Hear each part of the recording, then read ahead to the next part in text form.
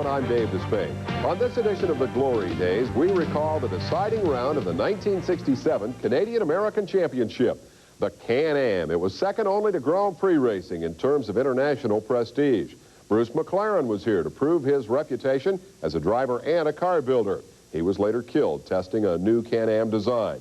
John Surtees was the reigning Can-Am champion, and ABC was there to see if newly crowned world driving champ Dennis Hulme could take that title away. Jim McKay called it. Former world champ Phil Hill was the analyst, and here's your pit reporter, Chris Economaki of National Speed Sport News. The field for the Times Grand Prix is an impressive one. 39 cars will take the flag, and the first 16 of which have cracked the old qualifying record. Pace setter in the time trials was Dan Gurney, a favored son here in California, with a record 118.7-mile-an-hour lap. The engine in his Lola, a Ford. And there are three other Ford drivers in the race: Indianapolis winner Parnelli Jones, USAC champion Mario Andretti, and California great Jerry Titus. And they're up against a field that has 30 Chevrolet-powered cars, 2 Ferraris, 2 Oldsmobiles, and a lone Repco. It's going to be an interesting race. Here is Bruce McLaren, a 9-year veteran of Grand Prix driving, winner of Le Mans and Sebring and Pass. This is Jim Hall of Midland, Texas, the 1964 United States road racing champion, in his wing Chaparral again today. Roger Penske on the right is the team manager, and one of the cars he'll be managing is driven by Mark Donohue, the young fella in the center. The current United States road racing champion for 1967. This is Mike Spence, who's driven in the past as a partner of Phil Hill. Here, John Surtees, the former world champion, the winner last year of this race and of the Canadian-American Championship. So here are the cars on the starting grid. However, it will not be a Grand Prix type standing start this year. They're going to be rolling when they take the green flag. Does that make very much difference, Phil? Not a lot. They seem to vary it from one year to the next year at Riverside. Rolling start, standing start, rolling start. One year they even had a helicopter crash on the line just before the start of the race. And another year delay after the engines were running. I remember quite a controversy because a lot of the cars were starting to overheat. However, here's this field of 39 magnificent racing machines. That's Dan Gurney on the pole, the fastest qualifier, but he'll get plenty of competition if form holds true from the 2 orange cars. That's Bruce McLaren next to him, and here is his teammate Dennis Hulme in the second row, alongside Jim Hall from Midland, Texas, in the wing Chaparral. This is the field, as you can see. It's a tremendous number of cars as they begin to move out from the pit area. They'll go all the way around, and if they are in good order, when they reach the starting line again, they will get the green flag, and the race will be underway. The car's in good order right now, Phil. It looks like there's McLaren in the orange car on the inside, Gurney right alongside him in the second row, the wing car of Jim Hall, and that's it. It's a good start. The green flag out, and Gurney taking the lead very quickly, going into turn 1, moving it up just a little bit on Bruce McLaren in second place. Jim Hall is third. Parnelli Jones has jumped up a row into fourth place. Behind him, Dennis Hulme and Mario Andretti. Good-looking start, Phil. Beautiful start. You know, they were really lined up nicely. Here they come through the heading towards turn 6 now. Gurney's still in the lead. Gurney, by the way, racing very near his own home. He has never won this race, and of all the races in the world that he hasn't, he'd sure like to get this one. I'm sure he would. He has, on the other hand, won a stock car race that they have over the same course a little bit later in the season, 4 or 5 times. Right now, however, it's the Los Angeles Times Grand Prix, 200 miles, 62 laps of the course. Gurney still the leader, McLaren in second position, and Jim Hall third. Heading into turn 8 now. That ever-tightening turn that ends up in that little hook and then onto the long, long, fast straightaway. A straightaway will be hitting what, the fastest cars? Oh, 185, 190 miles an hour. Look what happened there. Parnelli Jones hit one of those tires in the infield, Phil. Yeah, it looks like another car collected it, too. One right behind him. Let's see, who would that be? Was it the other orange car, Denny Hulme, perhaps? Yeah, he's right. Looks like he's... There he is. He's slowing down a little bit. Andretti has passed him. That's right. Dennis Hulme slowing down after the tire flew through the air and apparently hit his car. Dan Gurney still the leader. Bruce McLaren is second and Jim Hall third, and we'll be back in a minute at Riverside. How to live like a mountain man. A true mountain man lives a solitary life, living for nothing more than an honest day's work and the rugged companionship of his fellow mountain men. It's a full-time job, but it does have its rewards, like smooth bush beer and easy drinking Busch Light. So, head for the mountains. Because once a mountain man has his mountains, what more could he possibly want?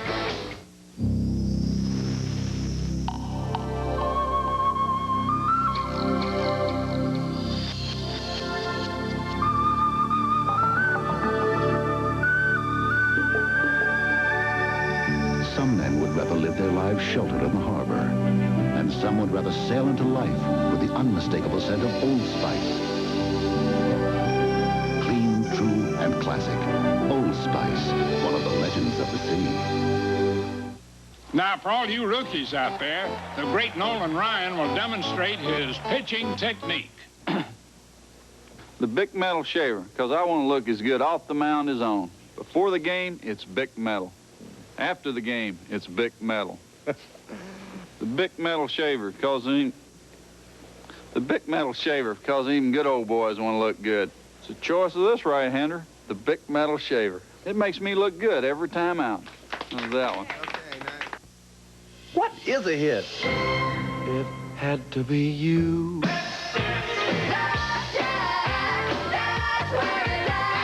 If it's on VH1, it's a hit. VH1. The greatest hits of music video. We're back at the Los Angeles Times Grand Prix in Riverside, California. This is Jim McKay reporting along with former world champion Phil Hill. There is Bruce McLaren in second place at the moment behind the car of Dan Gurney, but how close they are. In third place is the chaparral of Jim Hall, then Parnelli Jones, then Mario Andretti. A couple of Indianapolis drivers right up in the fight here along with these sports car champions. Denny Holm looked like he was dropping back a little while ago after that tire incident, but he seems to be keeping right up there now. Yes, Holm in, let's see, 6th position at the moment, I think, behind Jones and Andretti. Here they go into 8 and out again now, down the straight. Gurney still out in front, McLaren second, and Jim Hall was third. And now there's Bruce McLaren taking the lead. And look at Parnelli Jones getting a whole bunch of them. He's come from third place right on up past McLaren and everything going into turn 9. He is now in the lead. Well, I think Bruce was a little bit surprised. He had just taken the lead himself, and instantaneously, Jones burst past him. Look at this. Grief, look at the power that Parnelli Jones has. You wouldn't believe it. At the end of that straight, that little short straight there leading into 1. As a matter of fact, Chris talked to him about that before the race. Well, Parnelli, the Indy engine, is it better suited to the Riverside circuit than other sports car courses? Well, we're having a bit of a problem with it, Chris. It doesn't quite have the torque of some of the other cars coming off the turn, but after you get out on the straightaway and get about halfway down, it comes on quite well. In other words, you'll be doing your passing on that back straightaway. Well, I don't know about that, but I do say that the car does handle pretty well, and if we can get things working a little bit better, I think we're going to be all right. But it does have its greatest potential about the last half of the straightaway. Well, that's what Parnelli had to say before the race, and look at him go now. This is an Indianapolis engine in that car, and now here is Denny Holm in the pits. Looks like a little body work where that tire hit. This is Jerry Titus also coming into the pits in Carroll Shelby's King Cobra, racing in the Can-Am Series for the first time today. And very often on that first attempt, you'll have some problems with the car. Out on the race course, the race goes on. There's Hall and that chaparral going by. And there's Mario Andretti passing Dan Gurney, who's dropping back very fast in the field right now. Parnelli still. Now let's see how they do together here. Now here they are accelerating, and there goes Parnelli again. Look at him pull away from Bruce McLaren there, leading into turn 1. Boy, that thing really does have some steam there. It sure does, particularly when you figure the McLaren cars, the one driven by Bruce and the one driven by Dennis Holm, have been much faster than other cars in this series up to today. Jim Hall still very much in the fight, and Mario Andretti. And now here's Holm going back out on the track again. Stopping for traffic there? Looks like it. Still waiting. Look at, he's missing half the left front corner of the car now. Wait a minute, there's more than that. They've told him that he can't go back out. Sure looks that way. Holy mackerel, I've never seen this before. Look at him back up through those pits. That just has to be the speed record for backing up in the pits anywhere. He's backing up to the chief steward is what he's doing. Dennis Holm is furious. That's the point of this situation. They've told him he can't go back out on the track, apparently because of that fender that they cut away there. Yeah, there is some kind of a rule that says something about a proportion of... There's Teddy Mayer, the team manager right there, coming up to argue, I guess, for Denny. And, of course, meanwhile, the race goes on, and he's losing seconds and laps by now. Dennis Hall really upset. There's Chris. I think he's going to have a word with him. Danny, what has happened, actually? One of the leading cars threw a tire up in the air, and I couldn't avoid it. It just hit the top of the wing and smashed it in. And this, they've knocked you out of the race because of the fender missing? Yeah, apparently. But I haven't touched anything. That's what annoys me. It hasn't damaged the car structurally or anything. I see, thank you. Denny Hulme out of the race. Okay, Chris, and so Dennis Hulme, the new world driving champion, has had it for today, and it looks like Dan Gurney has also had it. Look at that smoke pouring out. More than smoke, it's just oil. Look at him running out there on the track. There's John Surtees, he's very brave, right behind him. He's sliding, he slid right off the road on Dan's oil, right off out of the dirt. Boy, he sure did, spinning and sliding through that sand. But now look, he's coming right back on the race course again. Sitting right off on that. There's Dan parked it now. It looks like Gurney is headed for today. Dan Gurney, as we said, has had real bad luck in this particular race at Riverside, his hometown, and he's out of it again today. But here's the duel up front. Parnelli Jones in the lead, immediately trailed by Bruce McLaren, and Jim Hall very, very much in the race. I'm surprised that Jim Hall has been able to keep up as close as he is there right now. In practice, you know, he wasn't that near the, he was a second or so down. It's surprising to see him that close. Is he slipstreaming right now, do you think? Well, maybe, possibly, yeah. It's hard to say. That could help him a little bit, though. Oh, that could help him quite a bit. I mean, you know, to be behind the leading cars. And there goes Bruce McLaren, and there comes Hall challenging Parnelli Jones. A tremendous race here at Riverside. 3 cars battling for the lead. Yep, Parnelli still in there. Gee whiz, I'm really surprised. That car, you know, it was quick, but it didn't appear to be all that quick in practice. Let's see if he gets that burst coming out of the turn. Didn't look like he quite got it that time, did he? Well, he's moving ahead of Hall again. Bruce McLaren fleeing back into the desert again in first place now, ahead of Parnelli Jones and Jim Hall.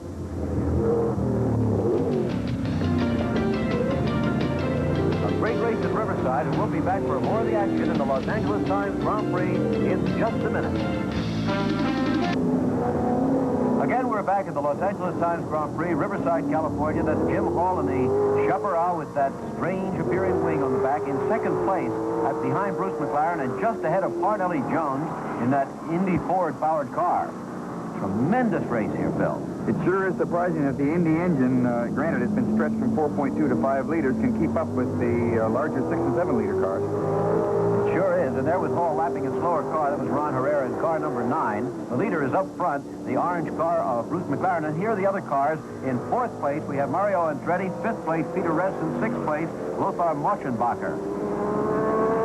Andretti in that Hunker Ford that has kind of been getting sorted out during the series, hasn't it? Yeah, it has. He seems to be doing pretty good today.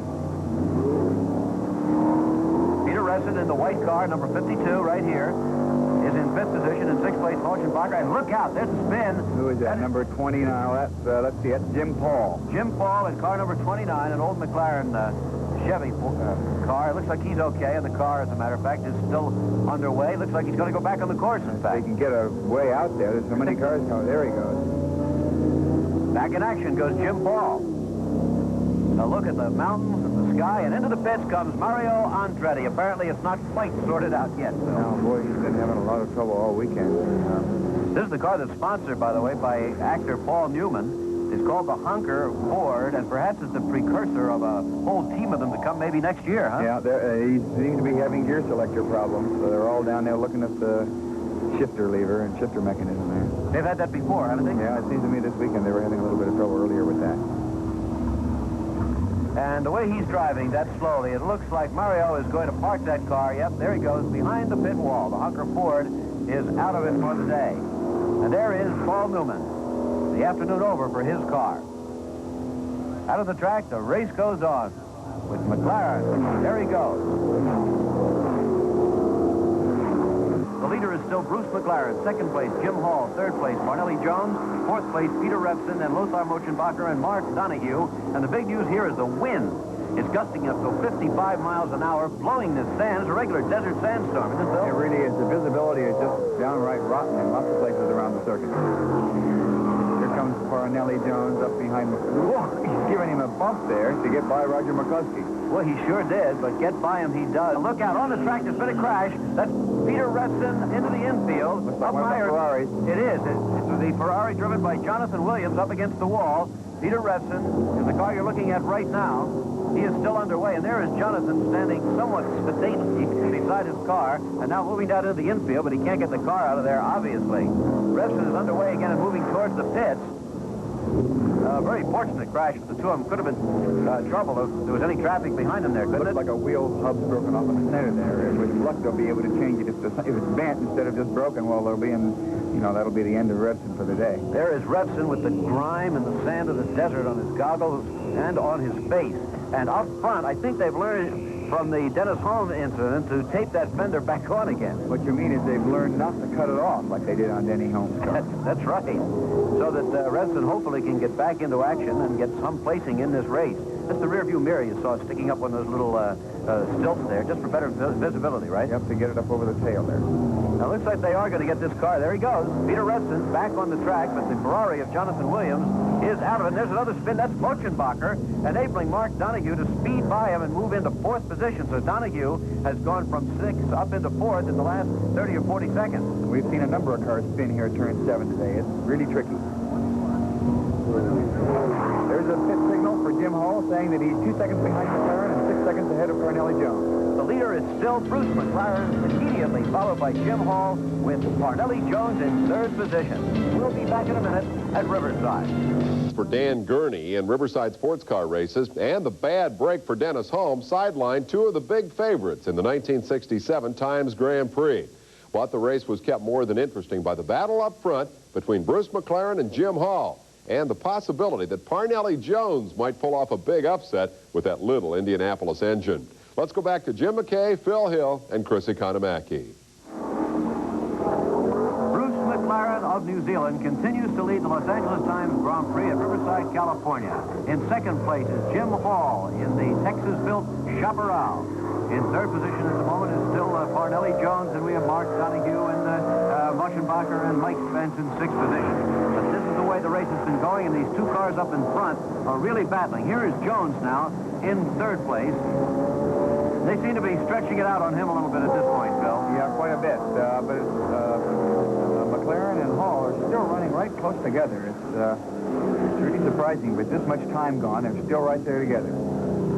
And this is Mike Spence, who's doing a very good job in an older car, staying in 6th place. Another spin on the track now. That's George Fulmer in car number 16. He's the teammate of Mark Donohue, so well in the race right now. Other cars being flagged down, and the official giving them a little bit of help. Getting them back underway again. It looks like Fulmer will be able to continue. Up in front, remember, however, it's still Bruce McLaren, the leader, closely pursued by Jim Hall.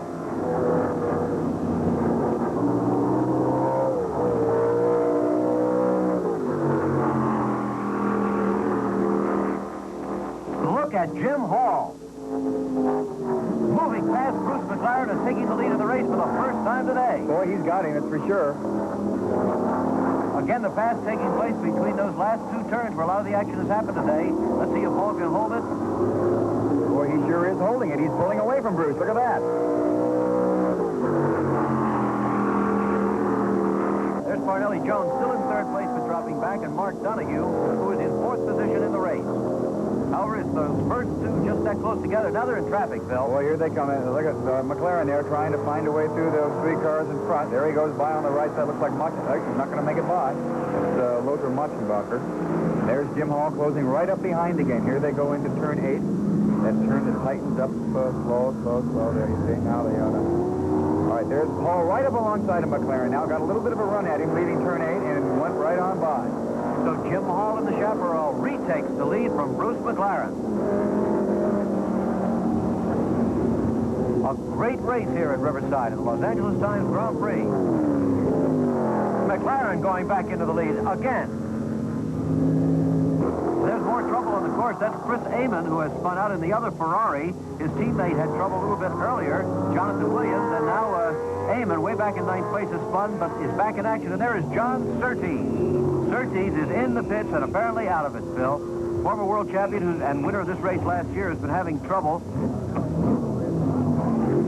There's Roger McCluskey in the pits, and here is Chris down with Surtees. A bad day, John? Yeah, it's not too good. What's the trouble with the machinery? Well, it was overheating a little, but what stopped it is a crown one and pinion, I think. What about the track conditions, John, with the dust? Has it been difficult? That was rather unpleasant, but The worst conditions I came across was Dan Gurney continued to run while he was pouring oil or petrol out. Back on the track, there's a real good battle for third place right now. Parnelli Jones, who led the race earlier, has slowed down, and now Mark Donohue. This is Jones right here. He led the race in the early going. Here is Donohue, who was way back in 6th and 7th place and is now battling for third. But here is the leader, Bruce McLaren, and look at him go, Phil. Really beautiful shot of turn 7 there. Here's Jim Hall coming around the same spot. Incidentally, the difference between first and second place figures to be something like, close to $15,000. So this race is not only for glory, but for money. And we'll be back at Riverside, California in just a minute. Look at Bruce get through there.